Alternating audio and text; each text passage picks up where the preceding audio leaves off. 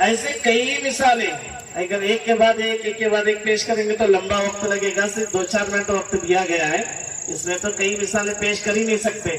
بس اتنی بات ہے کہ کسی بھی نبی کریم صلی اللہ علیہ وسلم کو سنت کو حقیر مت سمجھو۔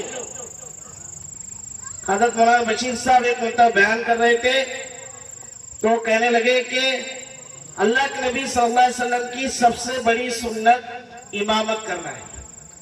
کیا کرنا ہے؟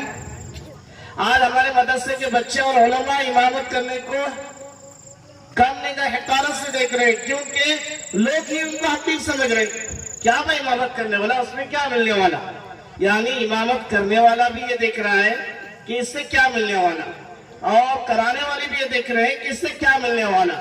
ہر کوئی امام کو بھی حقیر سمجھ رہا ہے، امامت کو بھی حقیر سمجھ رہا ہے، جیسے ہمارے اذان دینے کو حقیر سمجھتے ہیں، مؤذن کو بھی حقیر سمجھتے ہیں، اس لیے کہ اس کی حقارت ہمارے دل میں اس لیے بیٹھی ہوئی کہ اس کی اہمیت پتہ نہیں ہے۔ نبی کریم صلی اللہ علیہ وسلم پوری زندگی امامت کی ہے، کبھی امامت نہیں چھوڑی، آخر وقت تک۔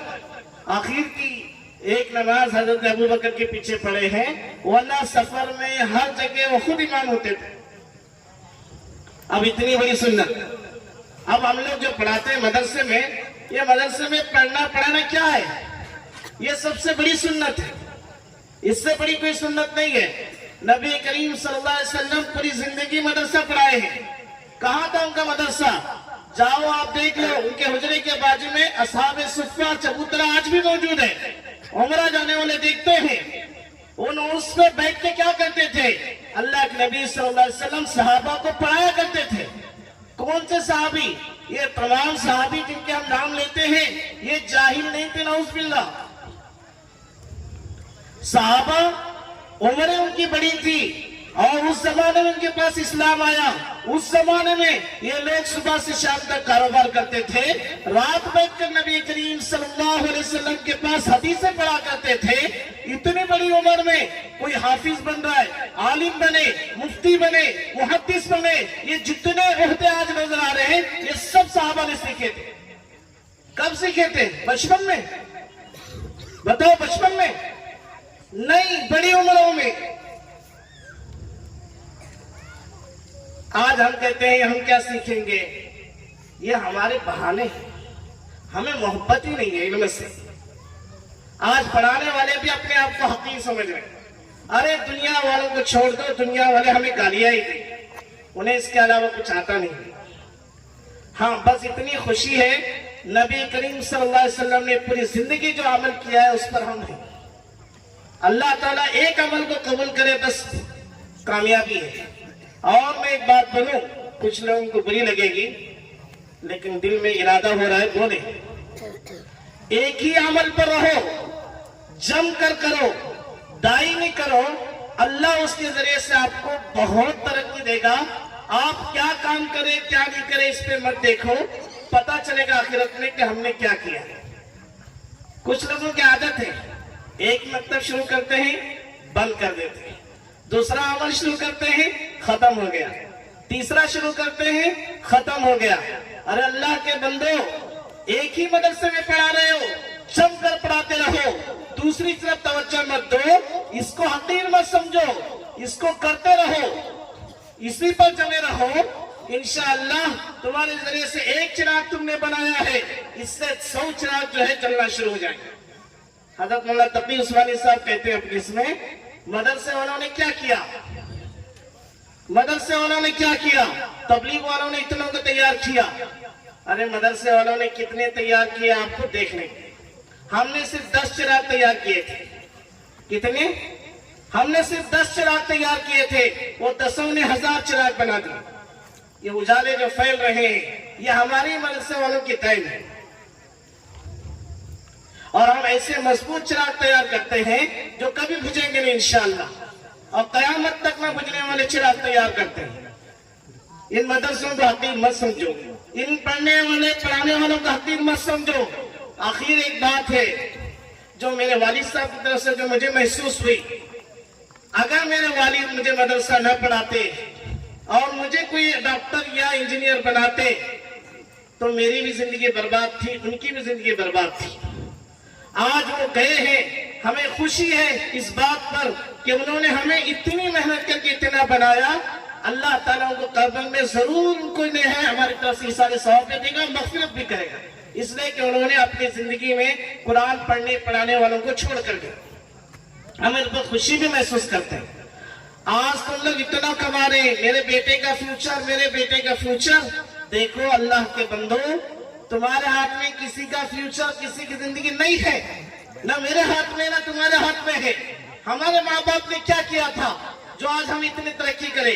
میرے اللہ نے میرا جو رزق تھا مجھے دے دیا, میرے اولاد کا جو رزق ہے اسے دے گا.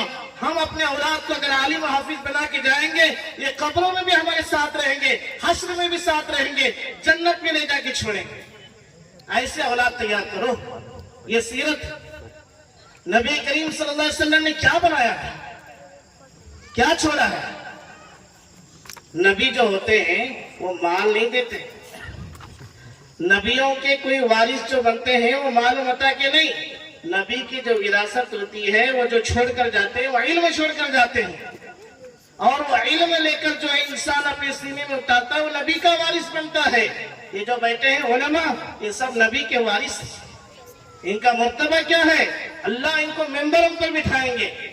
کروڑوں کے لوگ کہیں گے یہ کون لوگ ہیں اتنے ممبروں پر بیٹھے ہیں, اتنا بڑا مجمع ان کے پیچھے جا رہا ہے, کیا ہے یہ نبی ہے؟ لوگ کہیں گے نہیں, نبی کریم صلی اللہ علیہ وسلم کے امت کے علماء ہیں, جو ان کے پیچھے ہزاروں لوگ جو ان کے چل رہے ہیں, ان کے تابع, ان کے طریقے پر چلنے والے تھے, ان کے مان کر چلنے والے تھے. لوگ رش کریں گے. یہ سب چیزیں انشاءاللہ تفصیل سے بات تو ہمیں حضرت کی سننا ہے, انہی کو سننے کے لیے آئے ہیں. بیچ میں کہا کہ کچھ کہو تو دو چار باتیں کرنے کے لیے بیٹھ گئے. میں طلبہ سے گزارش کرتا ہوں, یہاں سے نیت کرو انشاءاللہ میں ضرور عالم بنوں گا, حافظ بنوں گا, مفتی بنوں گا. میں اللہ کے نبی صلی اللہ علیہ وسلم کے نام کو پوری دنیا میں مٹھانے کے لیے جتنی کوشش کر رہے ہیں, اس جگہ پر میں ادنا سی کوشش کروں گا کہ نبی کریم صلی اللہ علیہ وسلم کو سنت کو زندہ کرنے کی. صرف ہم تھوڑی سی محنت کرتے چلیں گے, اللہ کام لیتا جائے گا, لیتا جائے گا, لیتا جائے گا. 10 کام کے پیچھے نہیں پڑنا ہے. ہمارے شیخ ہمیں کہا کرتے تھے کہ دیکھو کسی چیز کو حقیر مت سمجھو. ایک مرتبہ ایسا ہوا کہ میں جماعت میں گیا اور انہوں نے کہا جماعت میں جانے کا بھی وقت ہوتا ہے. کیا کہا؟ جماعت میں جانے کا بھی وقت ہوتا ہے. تمہیں 2 مہینے چھٹیاں دی جاتی ہے, اس میں کیوں نہیں جاتے جماعت میں؟ پڑھنا پڑھانا چھوڑ کر جاتے ہو, اس کی اہمیت تمہارے دل میں کیوں کم ہو گئی؟ وہ بھی ضروری, یہ بھی ضروری. چھٹی کے وقت میں اسے پورا کرو, اس کو اہمیت دو. اس لیے کہ یہ بھی پڑھنا پڑھانا کوئی معمولی بات نہیں. ایک استاد صرف چند دن چھٹی کرتا ہے, طلبہ کے اندر جو استاد کا جو اثر ہے, پڑھایا ہوا جو طریقہ ہے, اس کے اندر جو استاد کے قبول کی ہوئی چیزیں ہیں, یہ سب ختم ہوتی ہے دوسرا استاد چند دن بیٹھنے سے. یہ معمولی چیز نہیں ہے. ہم نے اس کا بہت گہرا اثر دیکھا ہے. لوگ سمجھتے نہیں, تعلیم چھوڑتے ہیں, چلے جاتے ہیں. حالانکہ چھٹی کے وقت میں تبلیغ ضروری ہے اور اپنے وقت میں تعلیم بھی ضروری ہے. کسی چیز کو حقیر مت سمجھو, کسی چیز کو چھوٹا مت کرو, کسی چیز کو بڑا مت. سب نبی کریم صلی اللہ علیہ وسلم کے طریقے ہیں, سب ضروری ہیں امت میں. کسی ایک چیز کو بڑا نہیں سمجھنا, کسی چیز کو چھوٹا نہیں سمجھنا. سب طریقے بڑے ہیں, سب ضروری ہے. کوئی وہ کام کر رہا ہے, کوئی یہ کام کر رہا ہے. حضرت مولانا طاہر صاحب کے پاس ایک نے چٹھی بھیجی مجلس میں سے. کیا چٹھی بھیجی؟ آپ تبلیغ کی بات کیوں نہیں کرتے؟ سب بات کرتے ہیں, تبلیغ کی کیوں نہیں کرتے؟ آپ کے اسٹیشن نے کبھی تبلیغ سنا ہی نہیں. انہوں نے کیا جواب دیا معلوم ہے؟ بھائی ایک کھانا بننے والا ہے, اس کھانے کے اندر 20 لوگ ہیں, ایک جماعت ہے, اور 10-20 لوگوں نے بیٹھ کر کہا کہ ہم کھانا بنائیں گے. اب 20 لوگوں میں سے کسی نے کہا کہ ہم لکڑی لائیں گے, کسی نے کہا گوشت لائیں گے, کسی نے کہا چاول لائیں گے, فلاں لائیں گے, فلاں لائیں گے. سب کو ذمہ داری بانٹی گئی, سب مل کے اپنا پورا کام کیے. وقت پر کھانا بنے گا, سب کھائیں گے. لیکن یہ طے ہوا کہ ہم سب مل کر لکڑی لائیں گے. لکڑی لانے کے بعد ہم سب مل کے گوشت لائیں گے, پھر ہم سب مل کر دال لانے جائیں گے, تیل لانے جائیں گے. یہ سب سامان اکٹھا کرتے کرتے وقت گزر جائے گا, نہ کھانا ہوگا نہ کچھ. سمجھ رہے ہیں؟ پھر اس میں اتنا نقصان ہوگا کہ بھوک کی حالت میں کیا ہوگا وہ بھی پتا ہے, اور کتنے نقصانات ہوں گا وہ بھی پتا ہے. اس کے لیے سب کو ذمہ داری. تو علماء کیا کر رہے ہیں؟ یہ قرآن کی حفاظت کر رہے ہیں. قرآن اگر حفاظت کرنا چھوڑ دیے جائے تو لوگ حافظ ہونا چھوڑ دیں گے. ایک وقت آئے گا تمہیں حافظ کو ڈھونڈتے پھریں گے. آج دیکھا ہم نے بڑے بڑے اسلامی ممالک میں الحمدللہ کی طرح بھی ہوتی ہے, حافظ نہیں مل پا رہے. عجیب حالات سنتے ہیں تو بھی بڑے مسئلے ہیں. بہرحال اللہ کا شکر ہے ان مدارس کی طرف سے حفاظت مل رہے. یہی مدارس ہے جب کوئی شیعہ اٹھ کر کوئی مسئلہ اٹھاتا ہے اس کے جواب دینے کے لیے علماء کی جماعت ہے. کوئی بڑا مسئلہ اٹھاتا ہے اہل حدیث کی طرف سے علماء لڑ کر اس کا جواب دیتے ہیں. قادیانی کا فتنہ آتا ہے لڑ کر اس کا جواب دیتے ہیں. اس طرح ہزاروں امت میں فتنے آ رہے ہیں. ہزاروں علماء کی جماعتیں ہیں جو الگ الگ لڑ کر ان مسائل کا حل کر کے ان فتنوں کو دبا رہے ہیں. اگر یہ علماء نہ ہوتے, یہ فتنے ہم پر حاوی ہوتے, آج ہم اپنے ایمان پہ باقی نہیں رہتے. یہ علماء کام کر رہے ہیں. یہ سب دعوت کے ساتھ میں سیرت کے طریقے ہیں. تو انشاءاللہ ہم سب علماء سے مدارس سے محبت کریں گے. اور یہ سب جو ہے نہیں علماء مدارس یہ سب سیرت سے جڑے ہوئے, اس لیے کہ مدرسے میں پڑھنے والے نبی کریم صلی اللہ علیہ وسلم کے مہمان کہتے ہیں ہم لوگ. کیوں کہتے ہیں؟ وہی اصحاب صفہ کا چبوتری کی بات آتی. بہرحال ماشاءاللہ جو بچوں نے محنت کی ہے, بچیوں نے محنت کی ہے, بچوں نے محنت کی ہے, اور سب نیت کرو انشاءاللہ ہم انفرادی وقت میں نبی کریم صلی اللہ علیہ وسلم کے ایک سنت کو جانیں گے, اس پر عمل شروع کریں گے. دھیرے دھیرے ایک ایک پر عمل کرنا ہے. سبھی پر عمل کرنے جائیں گے تو کبھی نہیں ہو سکتا. دھیرے دھیرے دھیرے کرتے جائیں گے. ایک وقت آئے گا کہ انشاءاللہ تمام سنتیں ہمارے اندر زندہ ہو جائیں گی. دھیرے دھیرے آہستہ آہستہ چلنا ہے. کریں گے انشاءاللہ. علم سے اور علماء سے محبت کریں گے انشاءاللہ.